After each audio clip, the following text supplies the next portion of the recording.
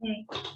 I just have to start by saying what an incredible piece of writing that was, and how beautifully read, Zoe. It was so moving and incredible. And I feel really honoured to be reading after you and to be reading for Broken Sleep Books. This is my first pamphlet, and I'm really excited to share it with you. The first poem I'm going to read is called Ragwort. You step in and lay your body on the unmarked space. You'll be entered here, and here the helpful woman says the word uncomfortable. Table-legged you are, open you are, and the white of the stomach meets the light of the operating theatre. Knife-handled you are moved from consciousness into another time, darkened space. Do you remember the first time you had sex? Your knickers grazed the moon as they washed down the river, a rubbing of an eclipse, the wet of the log dug into your back. Do you remember when they pushed it in, the needle? That's my blood, that's my womb.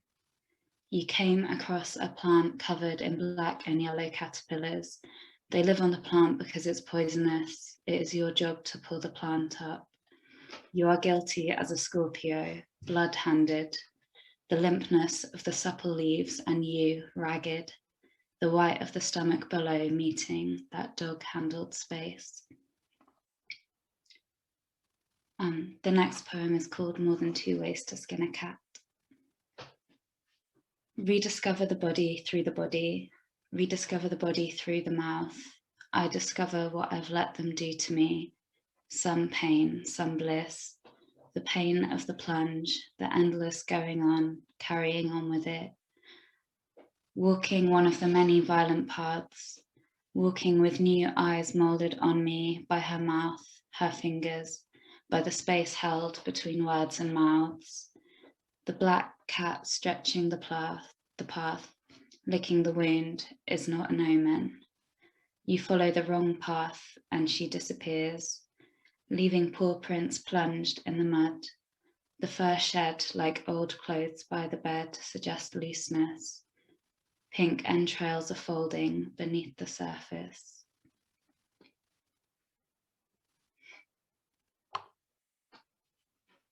Biting the head off a worm. We're sitting at the same table. We're talking in the same language. When I open my mouth, who knows what will come out? Everything changes with touch. The grass, the dirt, me, you. The soft and eager earthworm moves with its whole body. You feel the mulch of it between your toes. Sinew, viscous, soil, soil, soil. The water wash, tender skin, the sugar scrub, the mud, the peel of acid against worm flesh. You watch it all feeding gently from the root, growing where you water it. So this next poem is from, there's a series of like 5 poems called Disfigurations in the middle of the pamphlet. And this is the final one, Disfig 5. A tree spell, picture its takes, wave escape through warm girl. I hover the glow beautiful of bed frame. I flesh God drop to hand. A seam's dead, pulling seams I water. I've always retina, screen to self, root with life. All time isn't for to a nobody. You as witch mouth film over, cross myself, and studying lizard flowers, want the silvery intentions, the there of time standing, dog is body, and my brain a dark bedpost. I would have liked to have read more of those, but I don't think they're great for reading out loud. So this is As I Look on the Vastness of It. The urge is to pull the thread from the tapestry. The urge is to fish that twine, to hook into the meat of it and watch it unravel.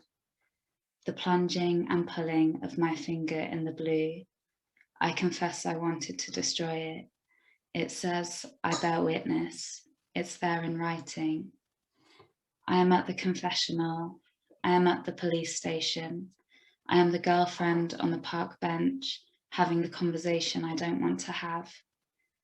I'm overcome with thoughts of unweaving, to peel away each layer of it, to watch the blue sky disappear in thread lines, leaving red dashes of jumping figures pinned to the canvas.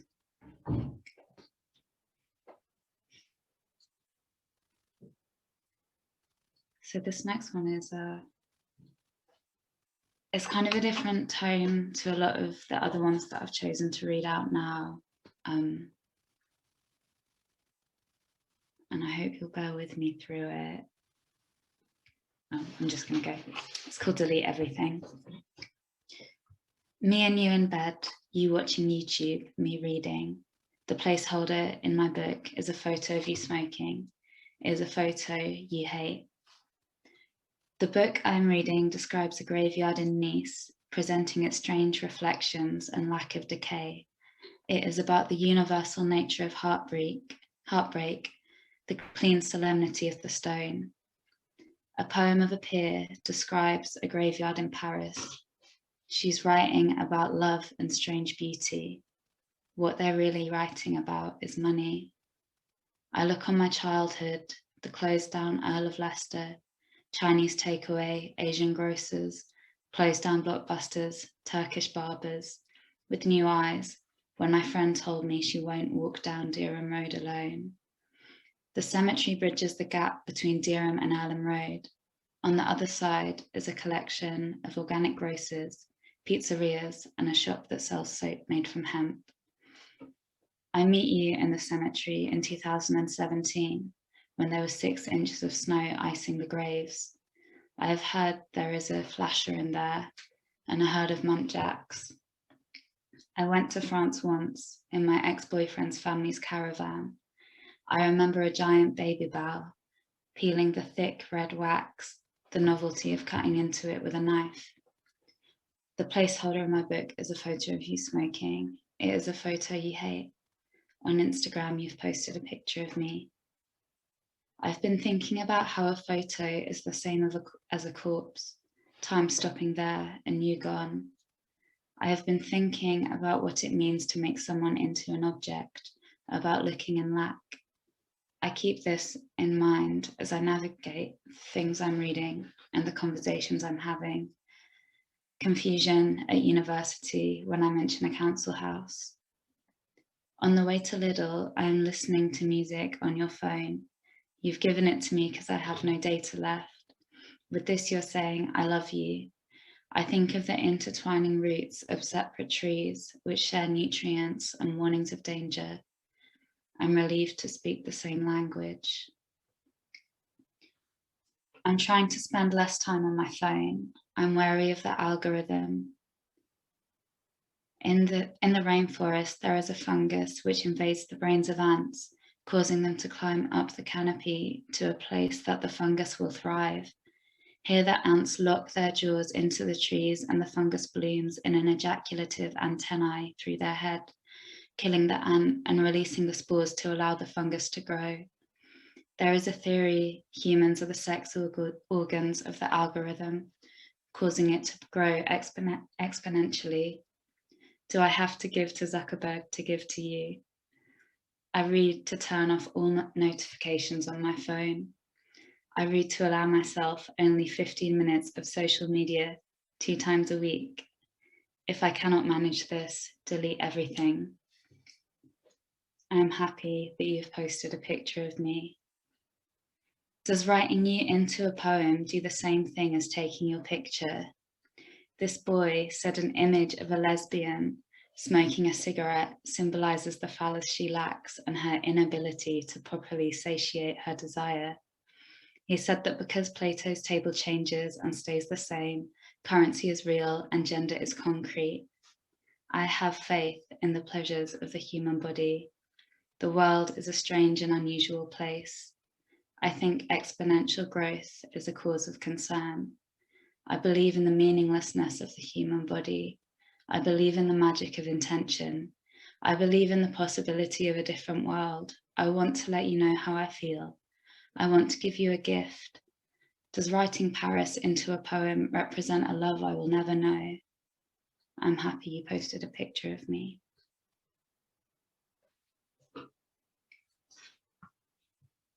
And the last poem I'm going to read, it's just a sweet little one. It's called Cupcakes from Withington. Too much salt means the baker was in love, forgot to call her best friend, so her best friend stopped talking to her and moved to Lewisham. Butter melts and flour and milk give way to pockets of air. Small golden crowns rise under heat, cracking at the surface. I imagine you smiling as you press your forefinger into the crumbs on your plate, making them into a part of you. Another way to dissolve that line, to break into the flesh, to love you from the inside. Thank you.